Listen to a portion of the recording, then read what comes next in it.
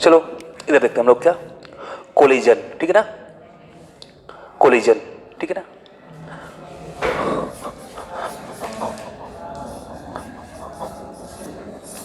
Collision क्या होता है? कोलिजन क्या होता है? क्या? टकराव, ठीक है ना। जब दो चीजें टकराएंगी आपस में, उसको क्या बोला जाएगा? कोलिजन बोला जाएगा, ठीक है ना। ये तो हम लोग का जनरल डेफिनेशन है, जनरल डेफिनेशन है, जो कि एक तरह से नॉन टेक्निकल है। अब फिजिक्स के पॉइंट ऑफ व्यू से अगर इसको टेक्निकली हम लोग जानना चाहते हैं तो कोलिजन क्या होगा? It is a process of exchange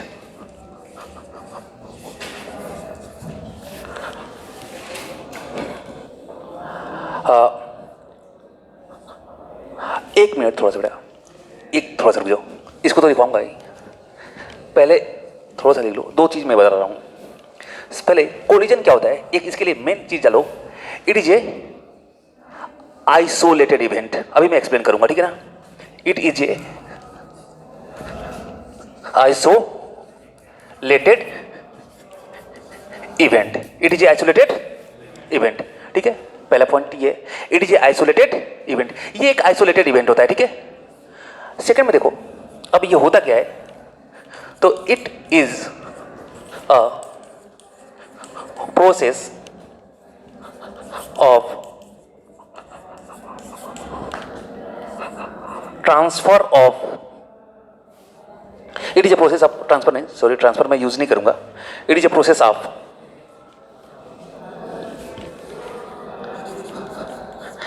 exchange of, it is a process of exchange of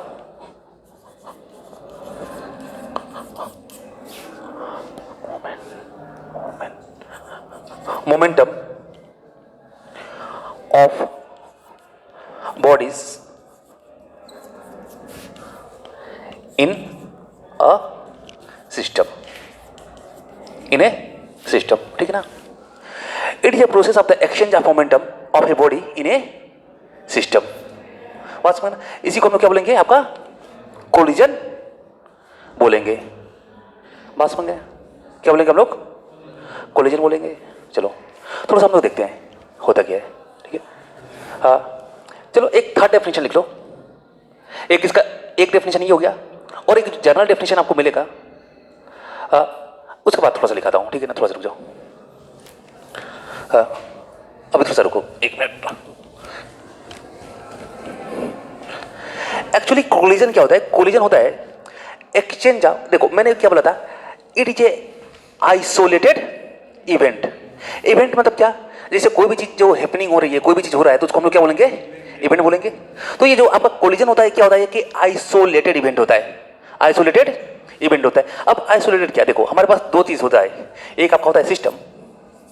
अगर मैं स्टडी करूं तो कि एक सिस्टम होता है जिसकी मैं स्टडी कर रहा हूं, इसकी मैं स्टडी कर रहा हूं सिस्टम, और इसके बाहर जो भी चीज होगी क्या होगा? सराउंडिंग। और अगर मैं दोनों को इंक्लूड कर दूं, सिस्टम और सराउंडिंग, मतलब सिस्टम और सराउंडिंग को इंक्लूड कर दूंगा, तो इसके बाहर तो कुछ होगा नहीं। अगर ये दोनों चीज इंक्लूड हो गई, लेट सपोज करो कि अगर मैं स्टडी कर रहा हूं इस डस्टर की, तो ये हो गया मेरा क्या? सिस्टम। और जो सराउंडिंग क्या हो गया? पूरा का पूरा यूनिवर्स, पूरा का पूरा क्या? यूनिवर्स। अगर मैं इस डस्टर को और यूनिवर्स को क्या कर दूं, नहीं सॉरी, सिस्टम तो ये यूनिवर्स पूरा नहीं होगा। देखो अगर मैं इस डस्टर की स्टडी कर रहा हूं, तो ये डस्टर मेरा क्या हो गया? सिस्टम। और इसको छोड़ के, इस पोर्शन को छोड़ के, जो पूरा का पूरा यूनिवर्स है, उसमें से बस इसको मैं हटा दूं, तो बाकी का चीजें क्या हो गई? सराउंडिंग। यानी ये डस्टर आपका क्या हो गया? एक सिस्टम हो गया, और बाकी क्या हो गया? सराउंडिंग। बाकी क्या हो गया? सराउंडिंग। अगर मैं आपका सिस्टम और ये सराउंडिंग दोनों को अगर मैं कवर कर दूं, दोनों को मैं कवर कर दूं, तो अब बताओ इसके कुछ बाहर होता है क्या? इससे कुछ बाहर मिलेगा क्या? कुछ भी नहीं मिलेगा। तो इसको हम लोग क्या बोलेंगे? इसको हम लोग बोलेंगे बेटा आइसोलेटेड सिस्टम, ठीक है। देखो सिस्टम के बाहर सराउंडिंग होता है, सिस्टम के बाहर सराउंडिंग होता है। पर अगर मैं आइसोलेटेड सिस्टम की बात करूं तो उसके बाहर में कुछ भी नहीं होता है, समझ गए ना, इसके बारे में कुछ भी नहीं होता है, समझ गए ना। अब देखो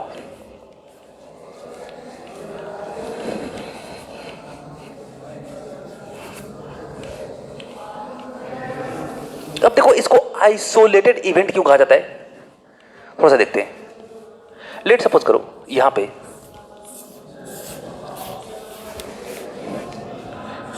एक बॉल ये है, कुछ v वेलोसिटी के साथ मूव कर रही है, और ये भी क्या है इधर से,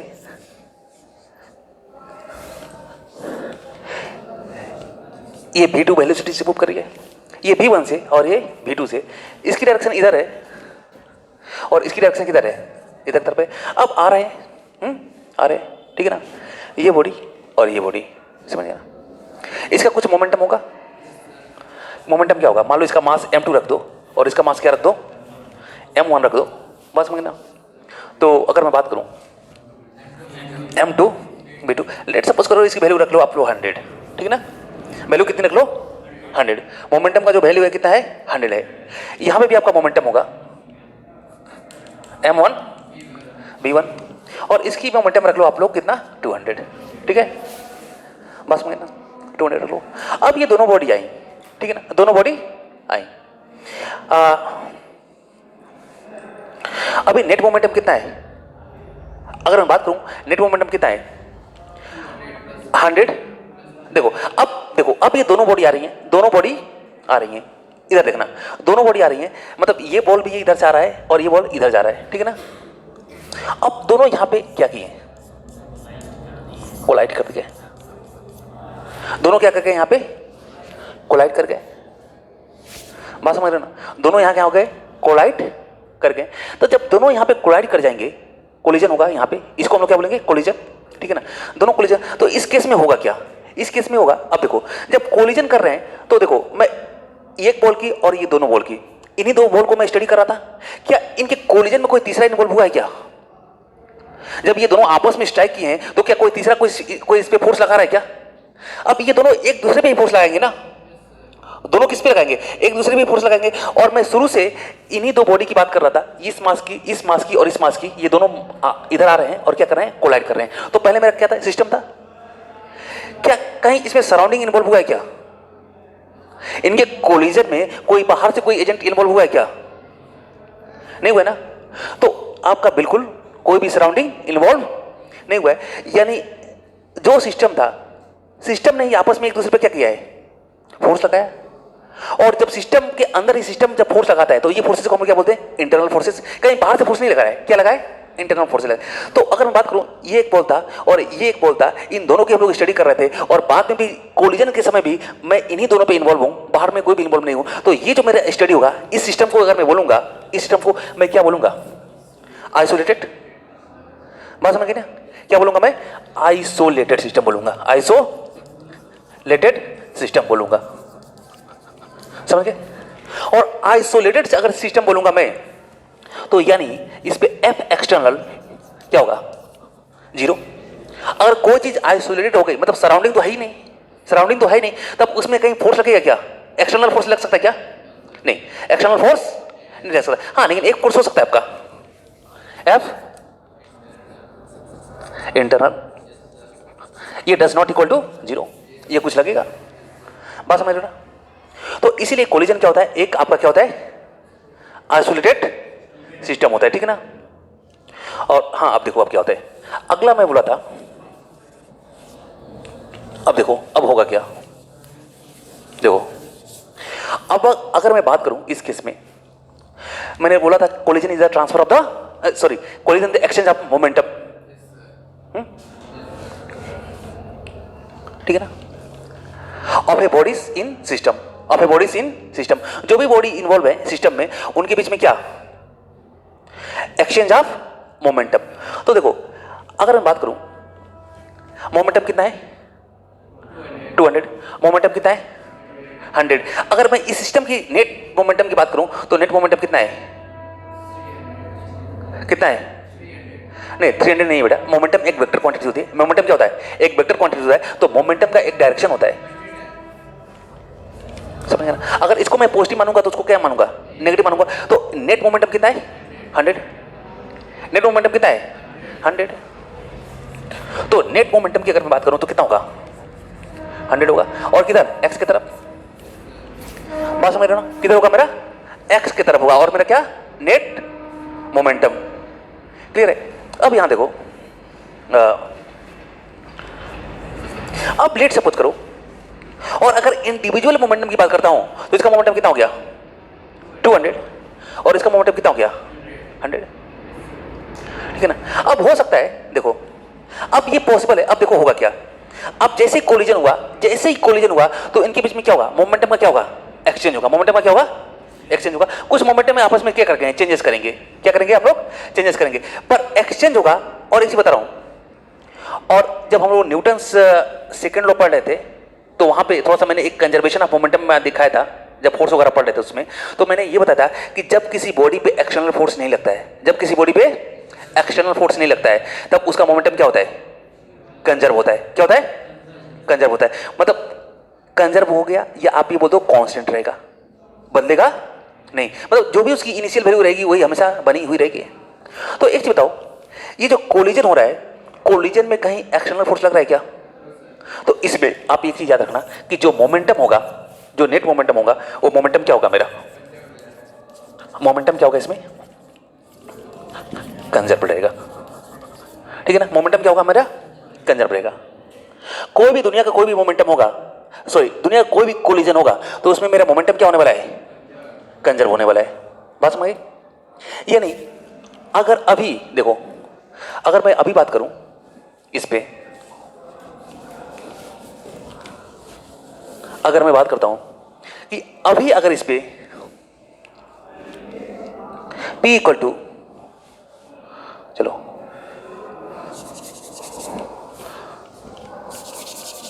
चलो यहां देखो मोमेंटम क्या होने वाला है, कंजर्व होने वाला है। अब यहां देखो आप, हाँ,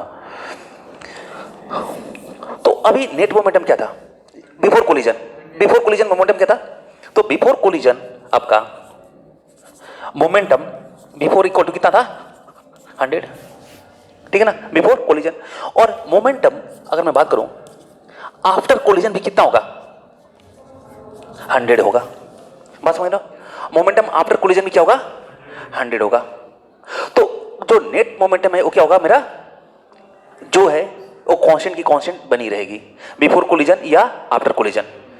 ये बिफोर कोलिजन का केस है, और ये आफ्टर कोलिजन के बाद ये मान लो सेपरेट हो गए। अब जो भी कुछ हुआ कोलिजन के बाद ये मोमेंटम मेरा क्या होगा, बना रहेगा। क्यों कंजर्व रहेगा? क्योंकि ये एक आइसोलेटेड सिस्टम है और यहां पे कोई भी एक्सटर्नल फोर्स इन्वॉल्व नहीं होगा। और जब कभी भी एक्सटर्नल फोर्स इन्वॉल्व नहीं होगा तो मोमेंटम तो सीधी सी बात है क्या कंजर्व होगा। बात समझ रहे हो ना? तो मोमेंटम आपका डेफिनेटली क्या होने वाला है, कंजर्व होने वाला है। अब देखो हुआ क्या, बात करते हैं हम लोग। इसका हमने मोमेंटम कितना दिया था 200 ना, तो इसका मैंने मोमेंटम दिया था 200 और इसका मोमेंटम कितना दिया था मैंने 100। चलो इसका 100 था और इसका कितना था 200 था, ठीक है ना। इसको M2 मान लो और इसको क्या मान लो M1। अब आफ्टर कोलिजन, ठीक है ना, आफ्टर कोलिजन जैसे इनका कोलिजन होता है उसके बाद हो सकता है कि ये बॉडी कुछ सेपरेट हो जाए या चिपकी हुई रहे, जो भी कुछ हो सकता है, ठीक है ना। अब देखो क्या होगा, अब आफ्टर कोलिजन क्या होगा, इसका जो मोमेंटम है ना, जो इसका मान लो कितना था 100 था, तो हो सकता है इट में बी पॉसिबल इसका मोमेंटम जो आपका हो जाए, हाँ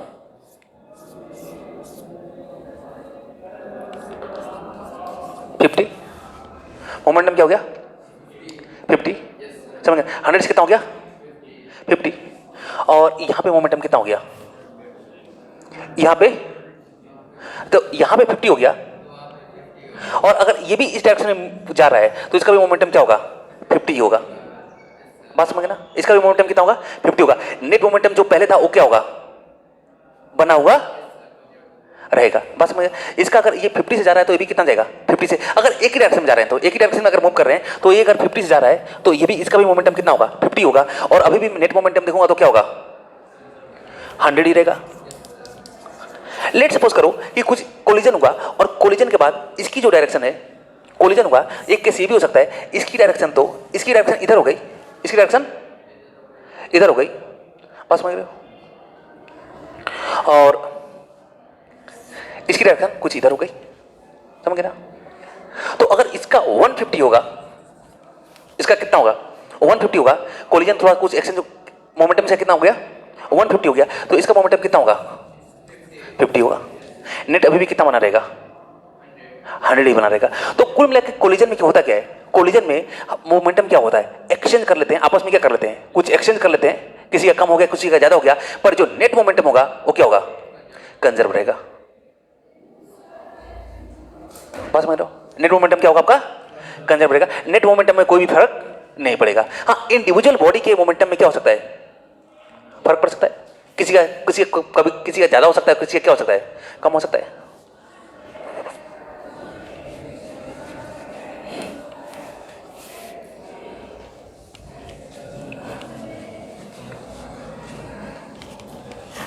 अच्छा एक चीज बताओ, रुको थोड़ा सा, एक और इसको थोड़ा सोचना, ठीक है। मैंने बोला कि अगर किसी का बढ़ेगा तो किसी का घटेगा, ठीक है ना, किसी का बढ़ेगा तो किसी का घटेगा, ये आ रहा है, ठीक है ना, ये आ रहा है। अब थोड़ा सा देखना इस क्वेश्चन को, मुझे कल बताना, ठीक है। मोमेंटम इसका कितना था 100, मोमेंटम कितना था 100, मोमेंटम कितना था 200, मोमेंटम कितना था 200, ठीक है ना। अब मैंने क्या बोला है कि मोमेंटम का एक्सचेंज हो जाएगा, अगर कोई बढ़ेगा तो कोई घटेगा, लेकिन नेट मोमेंटम क्या होना चाहिए सेम होना चाहिए। देखो अगर मान लो दोनों आपस में कोलिजन हुए, दोनों आपस में क्या हुए, ये आके कोलाइड किए और यहाँ पे कोलाइड किए, इसको मैं 1 मानता हूँ और इसको क्या मानता हूँ मैं 2, इसका 200 है और उसका कितना है 1 है, इसको 1 मानता हूँ और इसको क्या मानता हूँ 2। ये कोलिजन हुआ, ये दोनों आए और यहाँ पे क्या होगा कोलिजन हुआ, और कोलिजन होने के बाद जो 2 वाला है, जो 2 वाला है इसका जो मोमेंटम कितना हो गया 50, समझ गए ना, मोमेंटम कितना हो गया 50, और इसका जो मोमेंटम है, हाँ इसका मोमेंटम 50 हो गया और इसका भी तब कितना 1 का 50 हो गया, तो 2 का भी कितना होगा इसीलिए 2, इसका भी 50 होगा।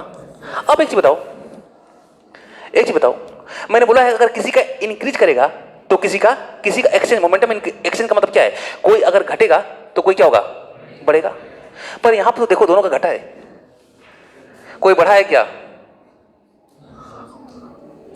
कोई बढ़ा है क्या, तो बेटा थोड़ा सा सोचना, कोई बढ़ा है, ठीक है ना। इसका भी 50 है और इसका भी 50 है, मतलब ये 100 से 50 हो गया और ये कितना हो गया 200 से कितना हो गया 50 हो गया, तो इसमें एक्सचेंज क्या हुआ, इसमें तो रिड्यूस हो गया मोमेंटम रिड्यूस हो गया ना। लेकिन अगर मोमेंटम रिड्यूस होता तो नेट मोमेंटम क्या मुझे उतना ही मिलता क्या, मतलब क्वेश्चन समझ रहे हो ना, ठीक है।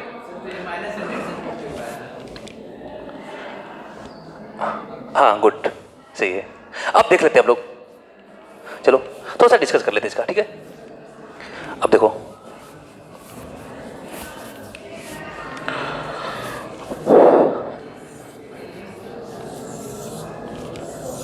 चलो इधर देखो, यहां देख लो इसको, दोनों बॉडी थी, कोलाइड किया, आफ्टर कोलिजन इसका जो मोमेंटम हो गया पहले का दूसरे का 50, और पहले का भी कितना हो गया 50, दोनों का क्या है 50-50 है। चलो बात करते हैं। अब इधर देखो बेटा, अगर इधर के डायरेक्शन को मोमेंटम को मैं पॉजिटिव पकड़ूंगा, मत समझ लो ना, पॉजिटिव पकड़ूंगा, तो ये मेरा 200 प्लस क्या है मोमेंटम, ये मेरा होगा इस डायरेक्शन को मैं बोलूंगा 200 प्लस 200 मोमेंटम है इस डायरेक्शन में, और अगर इधर आ रहा है तो यहां पे आ रहा है तो क्या -100, बात समझ रहे हो ना, क्योंकि मोमेंटम एक वेक्टर क्वांटिटी होती है। तो इसका अब मोमेंटम कितना हो गया है इस वाले का, इसका 50 हो गया है, कितना हो गया है 50 हो गया, मालूम है कितना चेंज किया है इसमें, कितना किया है -100 से 50 हो गया है, मतलब इसमें इंक्रीज कितना हुआ है 150 इंक्रीज हुआ है, समझ रहे हो ना। माइनस पहले कितना था -100 था और -100 से क्या हो गया है +50 हो गया। देखो इसका जो मोमेंटम था पहले कितना था -100 था, और -100 से अभी कितना हो गया है 50 हो गया है, यानी इसने कितना अपने आप को इंक्रीज किया होगा 150, तभी तो डायरेक्शन बदला होगा इधर, और इधर 50 से जा रहा होगा। ये जब 150 इंक्रीज किया है तो ये वाला क्या करेगा 150 डिक्रीज कर जाएगा। तो देखो इसका 200 था तो 200 से कितना हो जाएगा 200 से आपका 50 हो जाएगा। बस समझे 200 से कितना हो जाएगा 50 हो जाएगा, समझ गए ना। तो कोलिजन जनरली क्या होता है आपका एक्सचेंज ऑफ मोमेंटम्स होता है। अगर कोई मोमेंटम गेन करेगा तो कोई मोमेंटम क्या करेगा लूज करेगा, पर नेट मोमेंटम क्या होगा आपका कंजर्व रहेगा। और ये एक मेरा क्या होगा एक आइसोलेटेड सिस्टम होगा, ठीक है।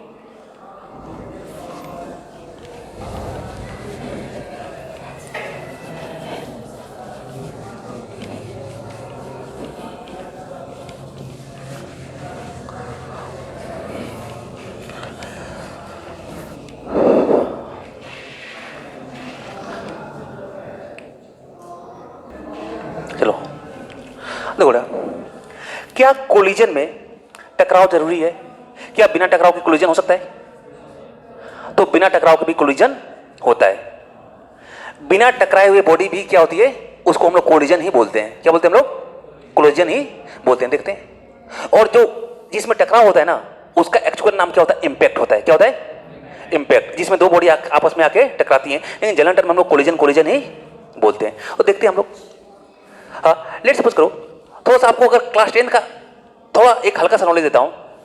ये चार्ज पता है, चार्ज होते हैं मेरे क्या पॉजिटिव और negative. Same kind of charges क्या करते हैं रिपेल करते हैं एक दूसरे को, और अपोजिट काइंड ऑफ चार्जेस क्या करते हैं अट्रैक्ट करते हैं। बस इतना ही नॉलेज रखो, ठीक है।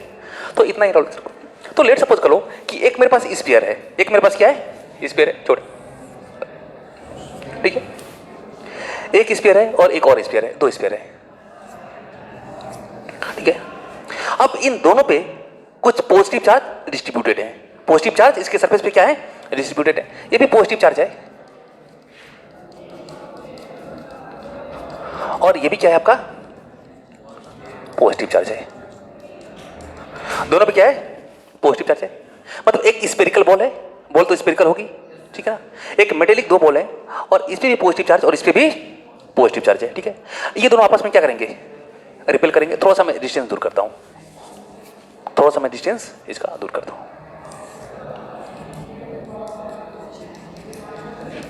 चलो बस मैं डिस्टेंस क्या करता हूं, मैं थोड़ा सा दूर करता हूं। देखो इसकी वेलोसिटी v1, ठीक है, और इसकी वेलोसिटी कितनी है v2। लेट सपोज कर लो कि v1 greater than v2, v1 greater than v2। बस में जो v1 है वो किससे ग्रेटर है v2 से ग्रेटर है। यानी अगर इसकी वेलोसिटी 100 है, इसकी वेलोसिटी अगर मैं मान लेता हूं 100 है, तो इसकी वेलोसिटी कितनी होगी 50। पास में इसकी अगर वेलोसिटी 100 होगी तो इसकी वेलोसिटी कितनी होगी 50। इसकी वेलोसिटी कितनी होगी 50। बस में इसकी अगर 100 तो इसकी कितनी 50। चलो अब ये 50 मीटर पर सेकंड की स्पीड से आगे जा रहा है और ये इसको अप्रोच कर रहा है किससे 100 मीटर पर सेकंड से। धीरे धीरे दोनों के बीच में क्या होगा डिस्टेंस कम होगा, डिस्टेंस कम होगा। लेकिन जैसे जैसे डिस्टेंस कम होगा तो एक चीज देखो, ये क्या है ये चार्ज है, ये क्या है आपके चार्ज है, और ये चार्ज है तो ये एक दूसरे पे फोर्स लगाएंगे, एक दूसरे पे फोर्स लगाएंगे और एक दूसरे को क्या करेंगे रिपेल करेंगे।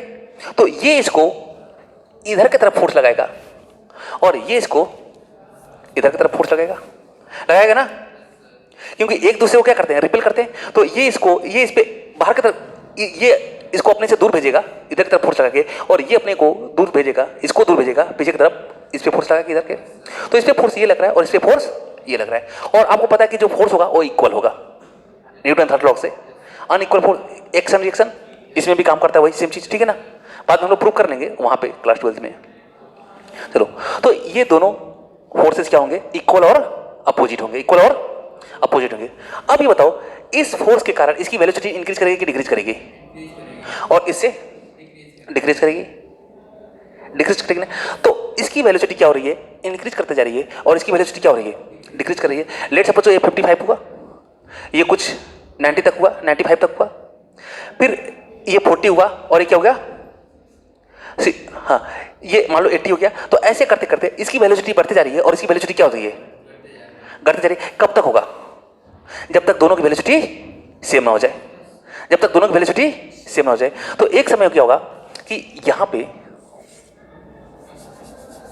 देखो एक ऐसा मोमेंट आएगा, नहीं दोनों की वेलोसिटी सेम नहीं, इसकी इंक्रीज करेगी और इसकी डिक्रीज करेगी, और एक ऐसा मोमेंट आएगा जिस समय क्या होगा, उस कंडीशन में क्या होगा, उस कंडीशन में दोनों की वेलोसिटी सेम हो जाए। ऐसा मोमेंट आएगा ना, ये बढ़ रहा है और ये क्या हो रहा है, घट रहा है, तो एक ऐसा मोमेंट भी तो आएगा जहां पे दोनों की वेलोसिटी क्या हो जाए, सेम हो जाए।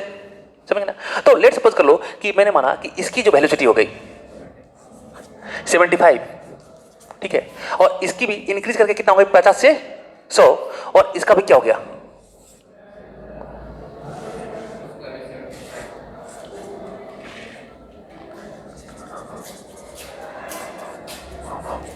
सेवेंटी फाइव, पास में 75 उसका भी और 75 इसका भी, क्लियर, वेलोसिटी होगी। अब इस समय देखो जो पहले जो दोनों की जो वेलोसिटी अलग अलग थी, क्या थी, अलग अलग थी, अब दोनों की वेलोसिटी क्या हो चुकी है, v1 इक्वल टू क्या, v2, दोनों की वेलोसिटी क्या हो चुकी है, यहां पे सेम हो चुकी है कुछ टाइम बाद, ठीक है ना, दोनों की वेलोसिटी सेम हो चुकी है। तो इस कंडीशन में जो मेरी काइनेटिक एनर्जी होगी, काइनेटिक एनर्जी होगी जो इसकी, ये टोटल जो सिस्टम की जो काइनेटिक एनर्जी होगी वो क्या होगी, मिनिमम होगी, ठीक है ना, क्या होगी, मिनिमम होगी, जब दोनों की वेलोसिटी क्या हो जाएगी, सेम हो जाएगी। और जो मेरी पोटेंशियल एनर्जी होगी ये मेरी क्या होगी, मैक्सिमम होगी। पास समझ, पोटेंशियल एनर्जी क्या होगी मेरी, मैक्सिमम होगी, काइनेटिक एनर्जी मिनिमम और पोटेंशियल एनर्जी मैक्सिमम। अब देखो अब इसके बाद क्या होगा, ये दोनों आपस में, इसका भी कुछ मोमेंटम होगा, ठीक है ना, इसका भी मोमेंटम होगा। लेट सपोज कर लो इसका मोमेंटम कितना है 200, ठीक है ना, और इसका मोमेंटम कितना है 100, मोमेंटम कितना है इसका 100, नेट मोमेंटम कितना है अभी 300।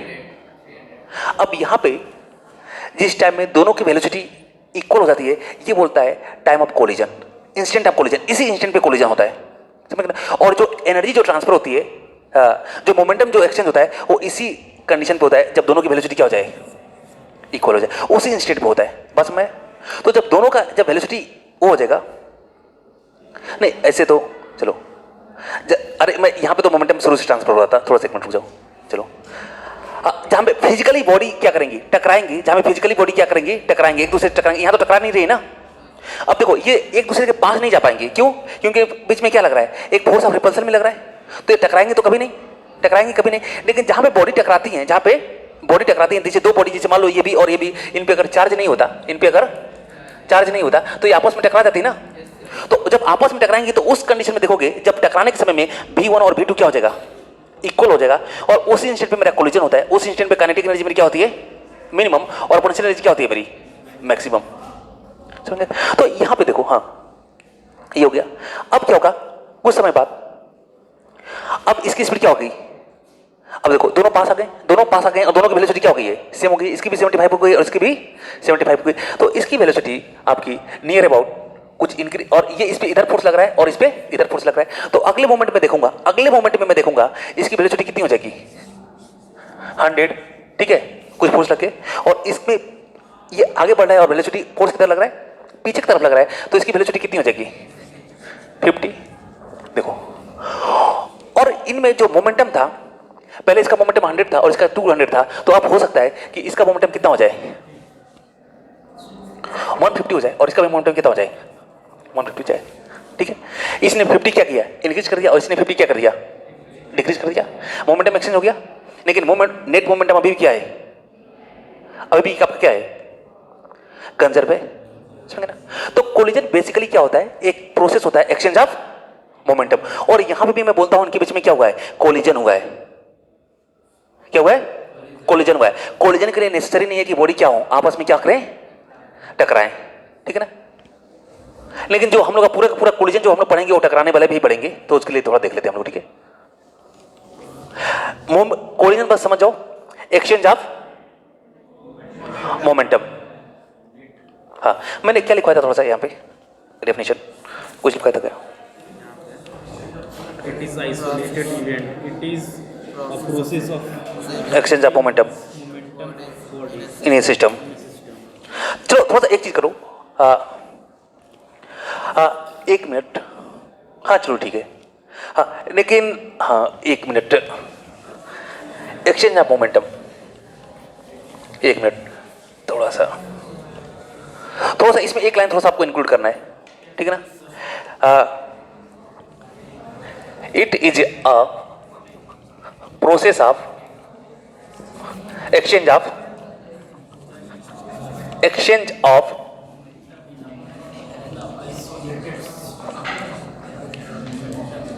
momentum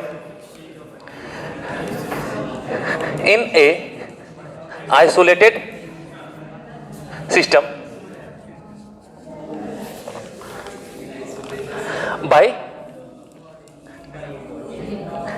internal forces, ठीक है ना।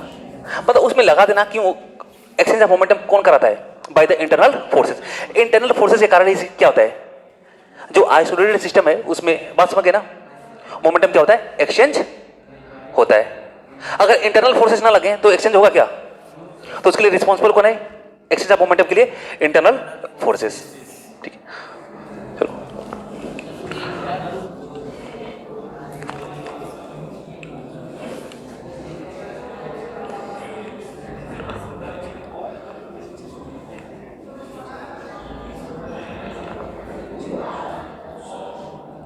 हाँ चलो करें आगे।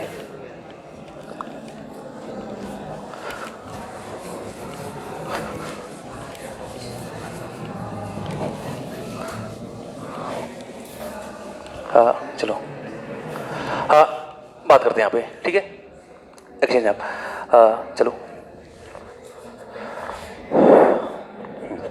अब देखो, अभी तो हमने देखा था कोलिजन हुआ non contact, due to internal forces क्या हो गया? मोमेंटम क्या हो गया उसमें?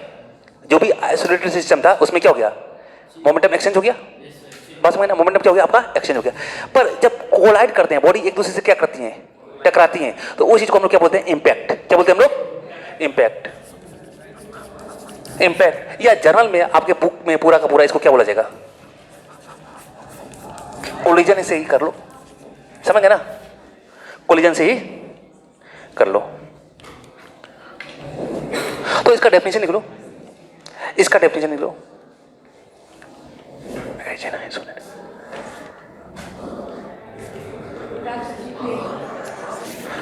यार एक मिनट, चलो देखते हैं।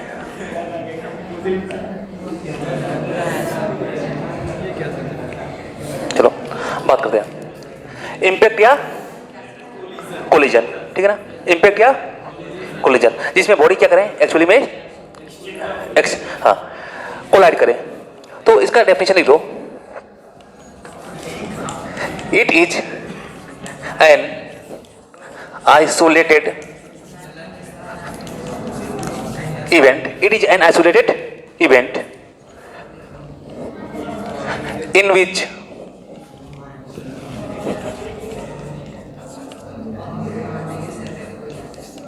bodies interacting with each other, with each other and exchange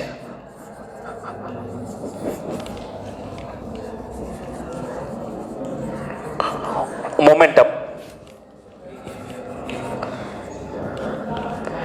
due to impulsive force, due to impulsive force। मतलब impulsive force का क्या? फोर्स एक्टिंग फॉर वेरी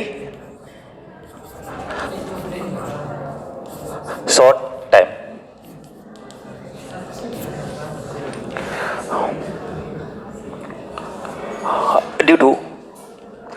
चीज थोड़ा सा लिख लेना बेटा, इंटरनल इंपल्सिव फोर्स, ठीक है ना। देखो ये जो इसका डेफिनेशन देख लो, it is a isolated event. ये क्या होता है आपका, एक आइसोलेटेड इवेंट होता है in which bodies interacting with each other. Body क्या करती है, एक दूसरे से क्या करती है, इंटरेक्ट करती हैं and exchange momentum due to internal impulsive force, due to internal impulsive force. जो इंपल्सिव फोर्स लगता है, और ये हम लोगों ने पढ़ चुका था, इंपल्स फोर्स किसको बोलते हैं, जो फोर्स आपका क्या होता है, बहुत ही शॉर्ट टाइम के लिए लगता है, शॉर्ट टाइम के लिए लगता है, उसको हम लोग क्या बोलते हैं, इंपल्सिव फोर्स बोलते हैं। बस में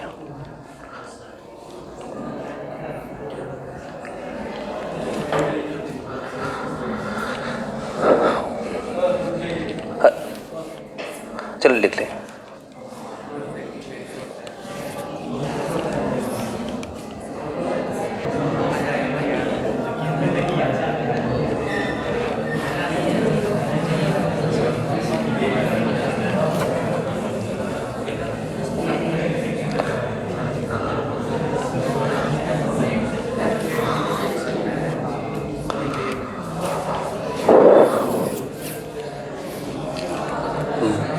चलो मैंने यहां टर्म जो यूज किया, इंपल्सिव फोर्स क्यों यूज किया, थोड़ा देखते हैं इंपल्सिव फोर्स क्यों किया। देखो कोलिजन, जब आप कैरम बोर्ड खेलते हो तो वहां पे क्या होता है, वहां पे एक बॉडी जाती है और पूरा का पूरा एक सिस्टम हो गया, जितनी भी एक आपका स्टैगर हो गया और बाकी सब बॉडियां हो गए। तो जैसे आप स्टैगर से मारते हो तो यहां पे मान लो बीच में रखते हो ना,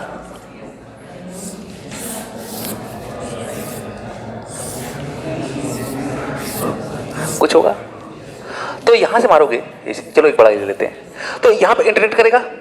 देखो इसका पहले क्या था, कुछ मोमेंटम था, जैसे इसको करोगे तो इसका मोमेंटम क्या है, कुछ मोमेंट, इसका मास होगा, और जैसे आप हाथ से कुछ वेलोसिटी प्रोवाइड करोगे फोर्स लगा के, तो इसके पास कुछ मोमेंटम आ जाएगा, ठीक है ना, मोमेंटम के।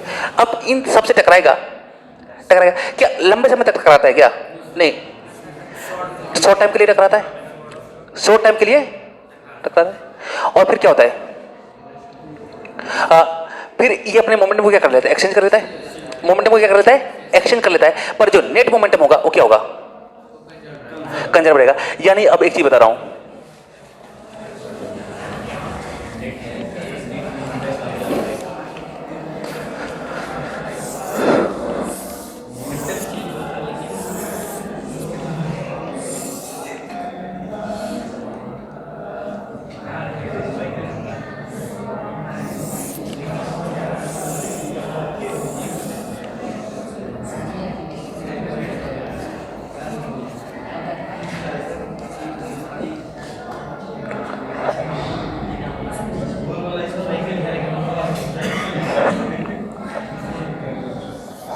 क्या, चलो इधर देखो, अगर तुमने इस टाइगर से मारा, लेट सपोज करो कि इसका कुछ मोमेंटम आ गया, कुछ होगा, मोमेंटम मैंने ले लिया कितना, 100, इसकी वेलोसिटी, जब यहां से टकराया, अभी इस सिस्टम का मोमेंटम देखो कितना है, 100 और कितना, 0 है ना, और इसकी डायरेक्शन कितनी है, इधर है। तो जब आप बीच में मारते हो यहां पे, तो गोटियां फैल जाती हैं, देखते हो ना, जब बीच में मारते हो तो क्या होता है, फैल जाती है, तो कुछ इधर जाएगा, कुछ इधर जाएगा, कुछ ऐसे। नहीं, एक चीज बताऊं, अगर पूरा नेट मोमेंटम सबका निकालोगे, नेट मोमेंटम सबका निकालोगे, सबका जोड़ के निकालोगे, तो किधर क्या आएगा, 100 आएगा, और किधर आएगा, इस डायरेक्शन में ही आएगा, kg मीटर पर सेकंड। बस में यानी अगर आप मार रहे हो, कितने भी तरीके से मार लो, अगर आप सीधे मार रहे हो और आप सोच रहे हो कि यहां से कुछ इस साइड में आ जाए, तो ये पॉसिबल मेरा नहीं है। अगर हेड ऑन कोलिजन मार, समझ गए ना, तो यानी अगर सारी गुटियां इधर आ जाए, इस साइड में आ जाए, तो ये पॉसिबल नहीं है, समझ गए ना। कितने भी तरीके से मार लो, अगर सोच रहे हो कि सारी की सारी इधर आ जाए, ये पॉसिबल मेरा नहीं है, समझ रहे हो। जो मोमेंटम होगा वो मेरा क्या होगा, कंजर्व होगा। यानी अगर कुछ इधर आ रहा है तो कुछ इधर भी आएगा, समझ रहे हो, या कुछ इधर निकल जाएगा, तो इधर का कुछ इधर गया, कुछ इधर गया, आपस में कैंसिल करके कुछ इधर आ गया, तो जो नेट मोमेंटम है वो क्या होगा, आपका बना हुआ रहेगा, और उसकी मैग्नीट्यूड और डायरेक्शन क्या होगा, मेंटेन रहेगा, समझ।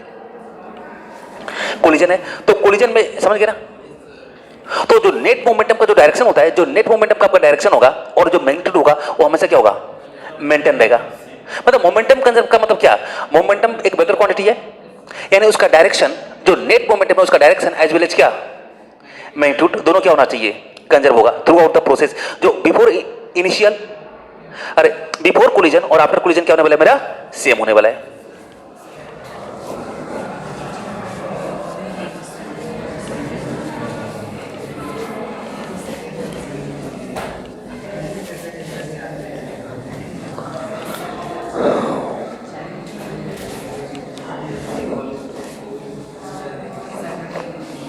हाँ चलो,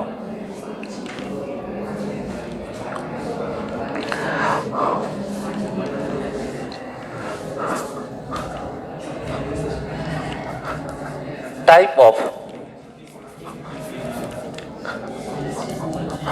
collision on basis of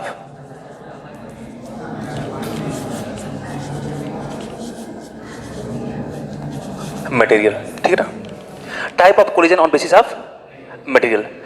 देखो क्या होता है कि material of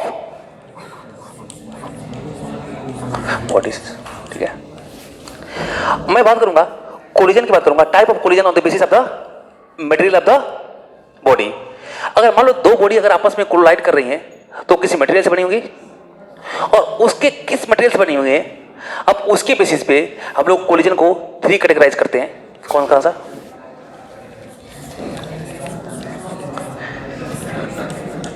elastic collision, elastic collision, in elastic collision,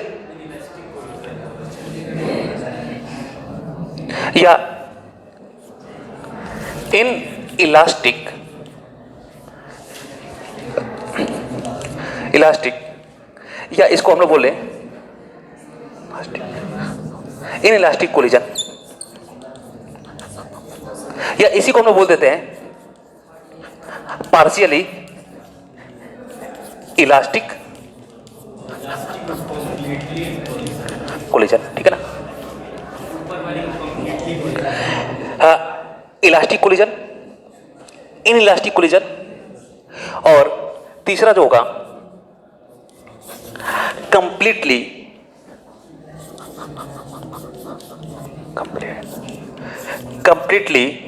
आपका इन इलास्टिक कोलिजन,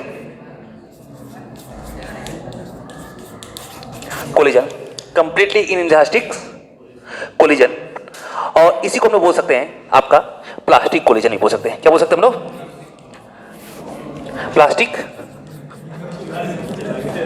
कोलिजन भी बोल सकते हैं, ठीक है ना, प्लास्टिक कोलिजन भी बोल सकते हैं। देखो ये मैं कैटेगराइज कर रहा हूं कोलिजन को किसके, on the basis of the material. अब ये जो बेसिस ऑफ द मटेरियल है, इस मटेरियल की हम लोग डीप में स्टडी करेंगे कहाँ, जब हम लोग सॉलिड पढ़ेंगे, ठीक है ना।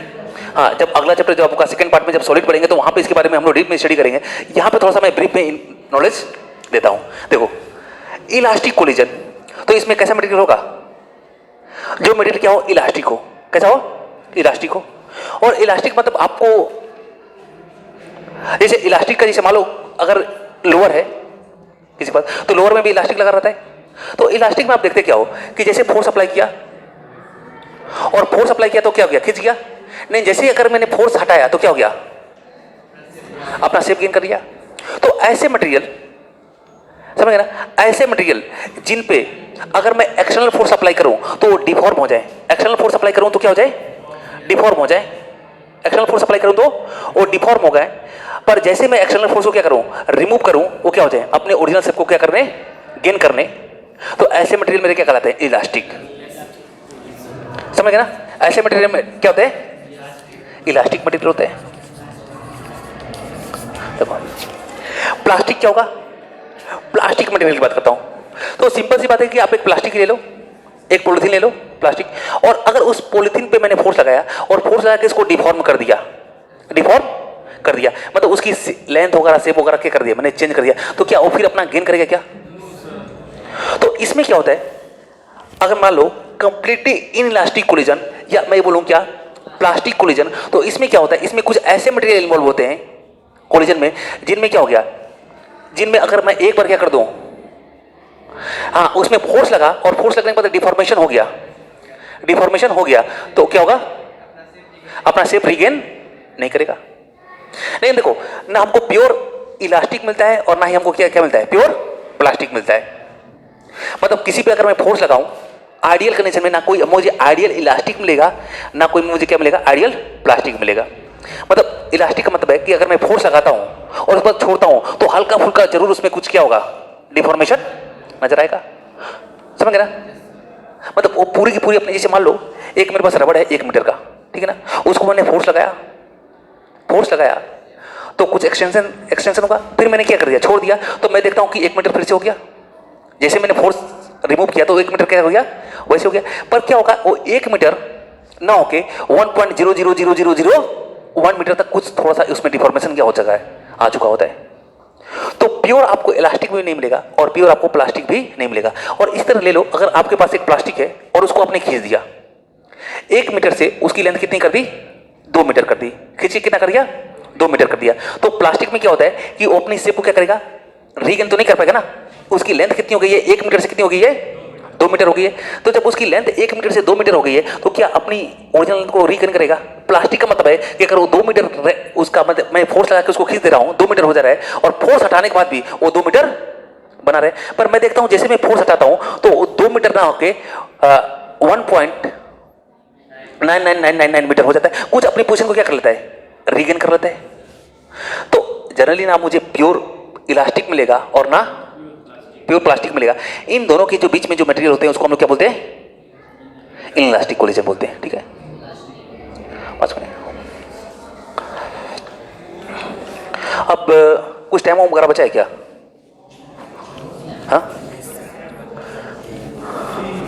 हाँ चलो रहने देते हैं आप।